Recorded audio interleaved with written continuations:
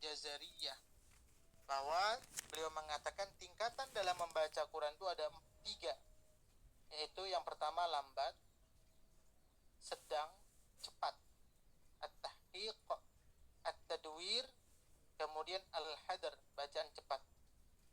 Sedangkan Syekh Mahmud Al-Badawi dalam Al-Wajiz fi Ilmi Tajwid, Syekh Ibnu Abdul Razak dalam Tazkiratu Al-Qurra, beliau mengatakan bahwa tartil itu juga bagian dari tingkatan baca Quran. Maka kalau tartil bagian dari membaca Quran, maka secara garis besar tingkatan baca Quran ada 4, yaitu at-tahqiq, al-hadr, at-tadwir, at-tartil. Maka menurut para ulama qurra, ahli qiraat, bahwa tingkatan dalam membaca Quran itu ada 4 tingkatan. Sekarang kita coba mengenal apa maksud dari istilah-istilah dalam membaca Quran ini. Maka yang pertama yaitu at-tahqiq. At-tahqiq itu adalah tempo bacaan yang paling lambat. Jadi tempo bacaan yang paling lambat. Kenapa kita disuruh lambat dalam membaca Quran? Yang pertama ya otomatis, kalau semakin lambatnya kita baca Quran akan semakin jelas huruf-huruf itu diucapkan. Dengungnya jelas, panjangnya jelas. Maka at-tahqiq ini adalah metode dalam belajar mengajar yang paling baik digunakan. Jadi kalau orang dalam belajar Quran itu bacanya keburu-buru, nah itu pasti bacanya banyak yang terlewat. Seperti orang, contoh kalau terburu-buru ibu, mungkin kalau ada kegiatan yang punya, ini karena sudah ditunggu nih contohnya, akhirnya ibu baca buru-buru, pasti kalau buru-buru banyak salah. Pertama tadi pikiran nggak fokus, kemudian mata kurang jeli. Tapi kalau betul-betul kita sudah lancar, sudah mahir, itu nggak masalah. Tapi kalau kita dalam proses belajar, itu yang terbaik adalah bacaan at-tahqiq, bacaan yang paling lambat. Maka menurut ulama tajwid, tempo bacaan ini diperdengarkan atau diberlakukan sebagai metode dalam proses belajar dan mengajar. Atau juga bagi seorang yang ingin ujian, dalam ujian contohnya, kalau ujian kan suruh menjawab soal, contoh dibacakan dari segi hafalan. Kalau pengujinya membacanya lambat sehingga pendengarnya juga mendengarnya dengan jelas, itu at-tahqiq. Jadi metode atau tingkat bacaan yang paling baik digunakan ketika dalam proses belajar dan mengajar. Guru pun ketika mencontohkan dalam proses belajar dan mengajar nggak boleh cepat-cepat. Ma nansakh min ayatin aw nunsiha na'ti bi khairin minha aw mithliha. Murid sulit. Alam ta'lam anna Allah ala kulli syai'in qadir. Bacanya harus dilambatkan supaya jelas. Mana atau di irama terserah. Jadi kita kecepatannya tempo bacanya lambat. Mana nansakh min ayatin aw nunsiha na'ti bi khairin minha aw mithliha. Jadi nampak dia huruf-hurufnya. Jadi kalau murid mau mendengarkan tidak terlalu cepat, bisa mengeja dari tulisan mushaf Quran kita masing-masing. Itu at-tahqiq. Kemudian al-hadr, bacaan, tempo bacaan yang cepat. Kapan sebaiknya al-hadr ini dipraktekkan?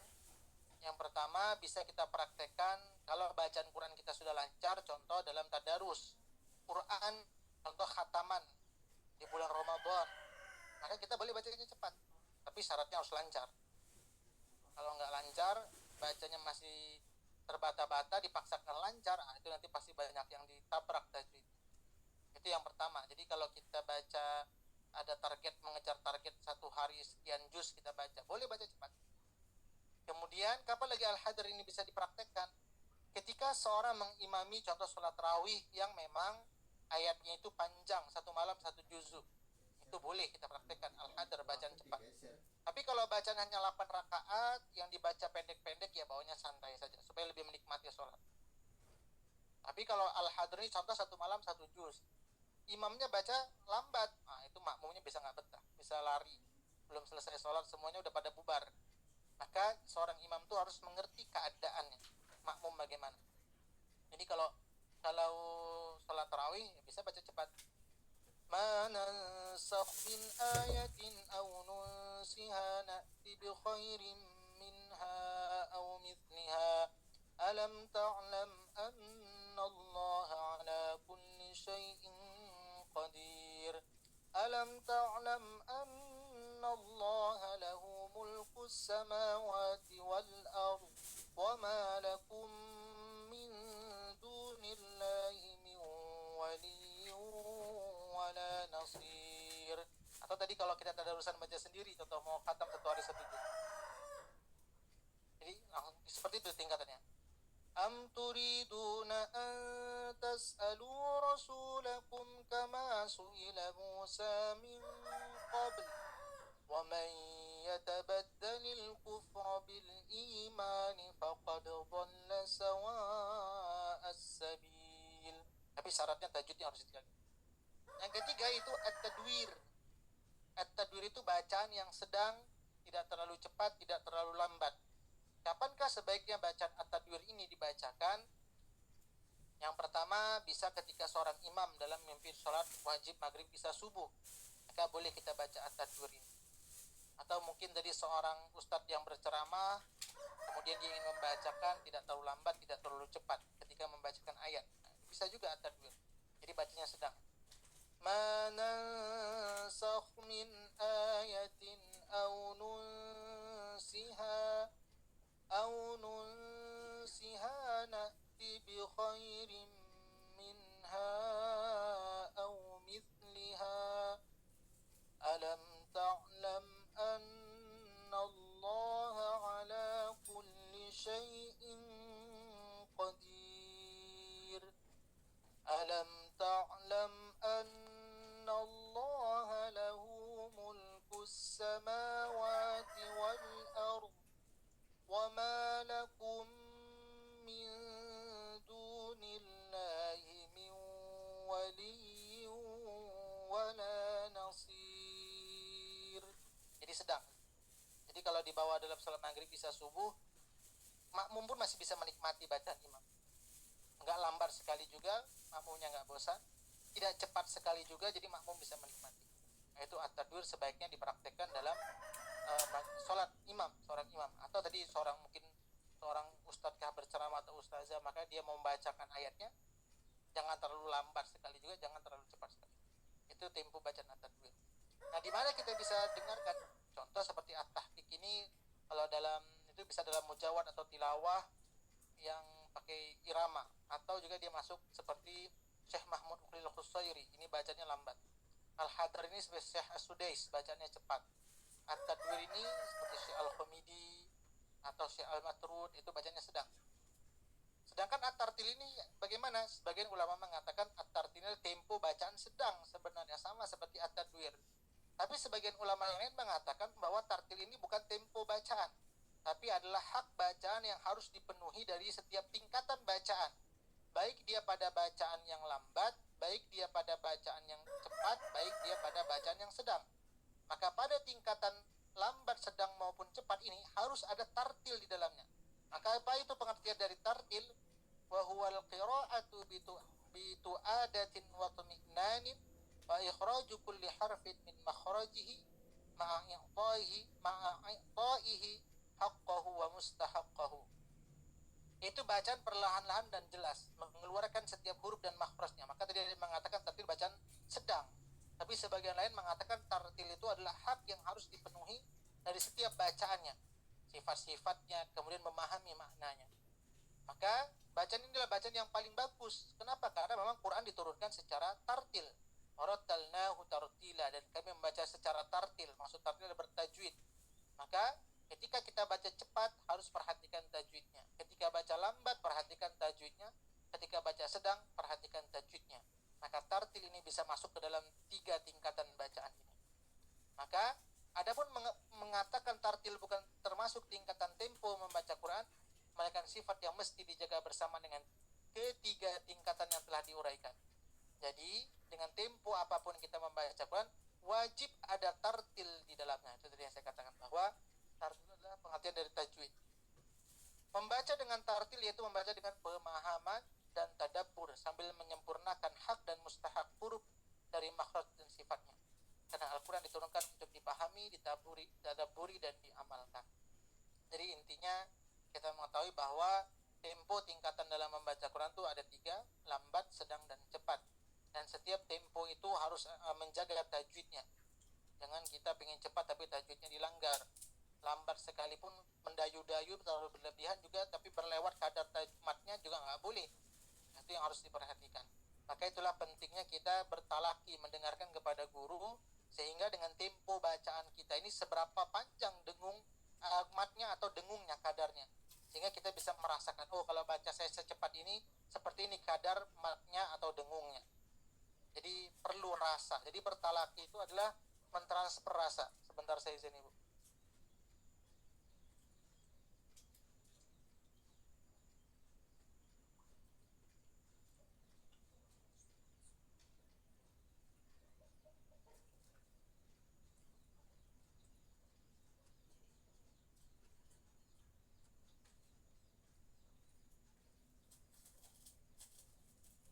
Maka di sini ada catatan Ibu. Ayat-ayat Al-Quran yang kita baca di dunia tidak akan pernah mengkhianati kita di akhirat nanti. Ia tak akan membiarkan kita sengsara selama kita membacanya ketika di dunia dengan ikhlas. Maka apapun yang kita baca, insya Allah nanti semuanya akan memberikan kebaikan buat si pembaca. Dan Al-Quran tidak akan pernah mengkhianati si pembacanya. Maka selama kita membaca ketika di dunia dengan ikhlas, dan selama perilaku kita tidak pernah bertentangan dengannya, jadi tidak berlawan dengan apa yang kita baca, maka jangan biarkan Al-Quran di rumah kita berdebu karena jarang kita baca.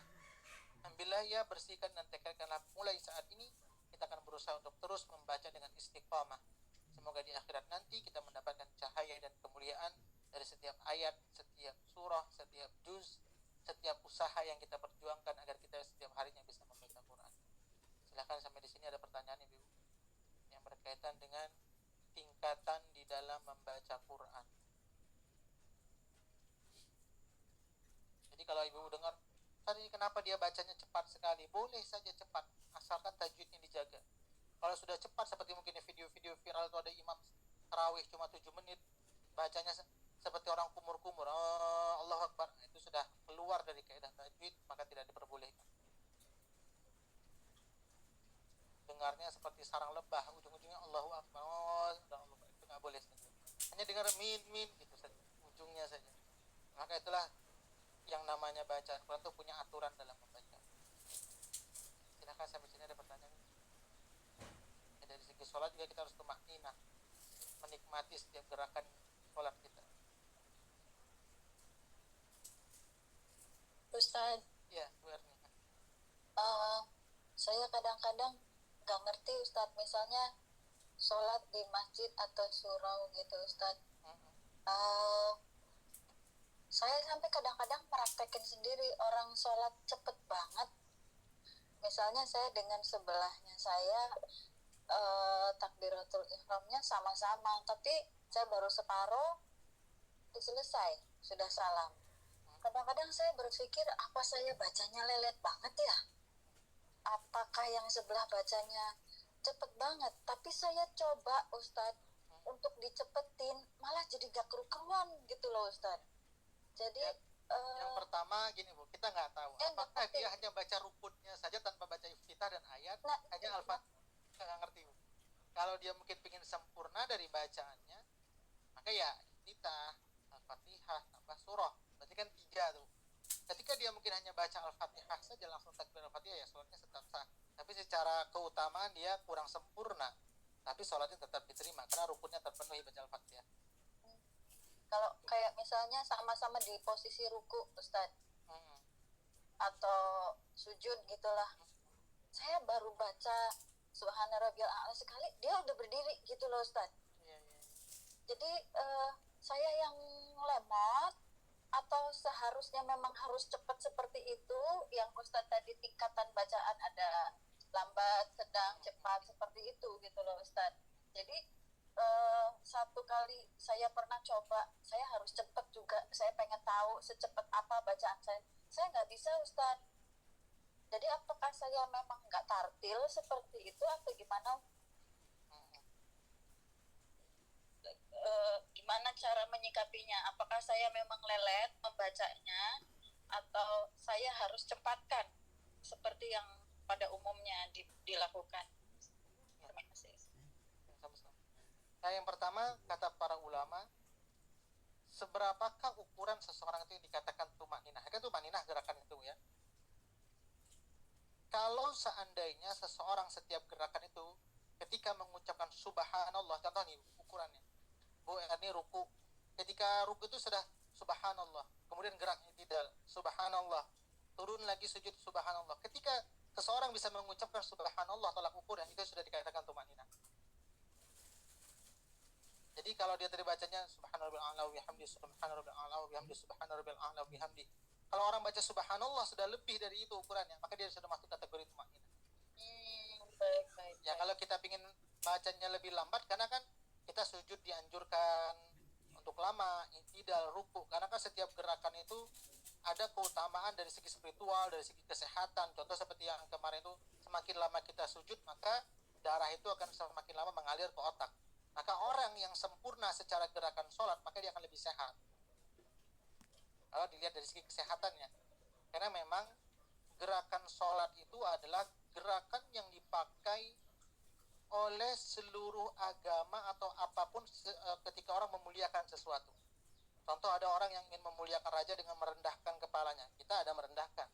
Ada orang yang ingin menghormati raja mungkin dengan bersujud. Maka dalam sholat juga ada. Ada orang mungkin ketika ingin menghormati seseorang dengan angkat tangan, maka dalam sholat juga ada angkat tangan. Maka seluruh gerakan dalam sholat itu kalau dilihat, semua gerakan yang dipakai oleh manusia ingin memuliakan manusia, itu semua terkumpul dalam sholat. Tapi kita bagaimana kita merendahkan diri di hadapan Allah. Itulah salah satu keutamaan dari gerakan sholat. Maka semakin kita menikmati, otomatis kenikmatan sholat itu kita dapatkan, kesempurnaan sholat kita dapatkan. Kemudian semakin sempurnanya gerakan sholat kita, maka dia akan berdampak kepada kesehatan seorang yang sholat. Oh, baik Ustaz.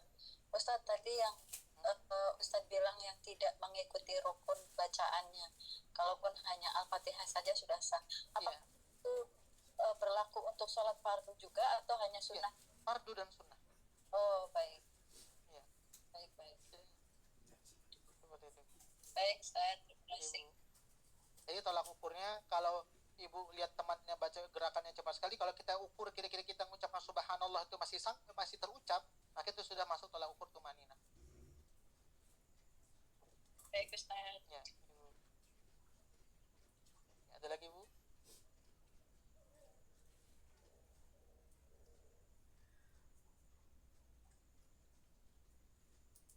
Kan dalam hadis itu, hadis Bukhari Muslim dikatakan, rukuklah kamu dengan tenang, kemudian i'tidallah kamu dengan tenang, sujudlah kamu dengan tenang, kemudian nikmatilah setiap bacaan dari setiap gerakan kamu sholat. Kan orang kalau subhana rabbiyal a'la wa bihamdi, kita mengharap bayangkan Allah itu maha tinggi, kita ini rendah, apalagi setiap gerakan Allahu Akbar. Kalau kita bayangkan saja kalimat Allahu Akbar itu ya, nggak ada lagi yang besar di dunia kecuali Allah. Kita semuanya kecil, walaupun ada orang agak hebat, punya kedudukan tinggi, tapi kalau dalam sholat Allahu Akbar, kita bayangkan kita ini kecil. Setiap doa Allah Rabbi ghafirli, ya Allah ampunkan, warhamni wajuburni warfa'ni, kan itu luar biasa sebenarnya maknanya. Bacaan-bacanya inna sholati wa nusuki wa mahyaya dan sebagainya. Maka sebenarnya itulah perlu penghayatan dari setiap bacaan kita. Nah biasanya orang kalau sudah cepat gerakan sholat yang dia lebih fokus kepada bacanya, tapi kurang dari segi penghayatan.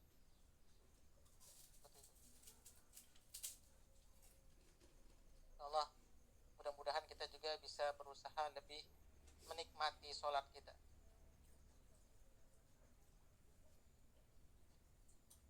Oke, Bu, ada lagi? Ada lagi, insya Allah kita lanjutkan besok. Mudah-mudahan yang sedikit ini bisa bermanfaat untuk kita, menambah pengetahuan kita, bahwa penting kita lebih tahu bagaimana tata cara dalam membaca Quran sehingga bisa kita praktekkan di dalam bacaan. Saya sedang apa ini? Sedang belajar, maka kualitas temponya harus sekian. Oh, saya sedang tadarusan, harus sekian cara kecepatan membaca, dan itu ada aturannya semua.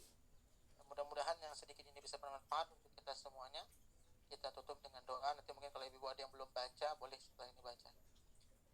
أعوذ بالله من الشيطان الرجيم بسم الله الرحمن الرحيم الحمد لله رب العالمين حمدا يوافي نعمه ويكافئ مزيده يا ربنا لك الحمد كما ينبغي لجلال وجهك الكريم وعظيم سلطانك اللهم صل وسلم على سيدنا محمد اللهم ارحمنا بالقرآن اللهم اجعلنا من أهل القرآن اللهم نور قلوبنا بالقرآن وزين أخلاقنا بالقرآن وادخلنا الجنة بالقرآن ونجنا من النار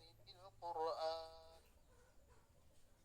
ربنا آتنا في الدنيا حسنة وفي الآخرة حسنة وقنا عذاب النار وصلى الله على سيدنا محمد وعلى آله وصحبه وسلم سبحان ربك رب العزة عما يصفون وسلام على المرسلين والحمد لله رب العالمين. Alhamdulillah ibu semuanya, ini saja yang dapat saya sampaikan, lebih kurang maaf. Assalamualaikum warahmatullahi wabarakatuh. Waalaikumsalam warahmatullahi wabarakatuh.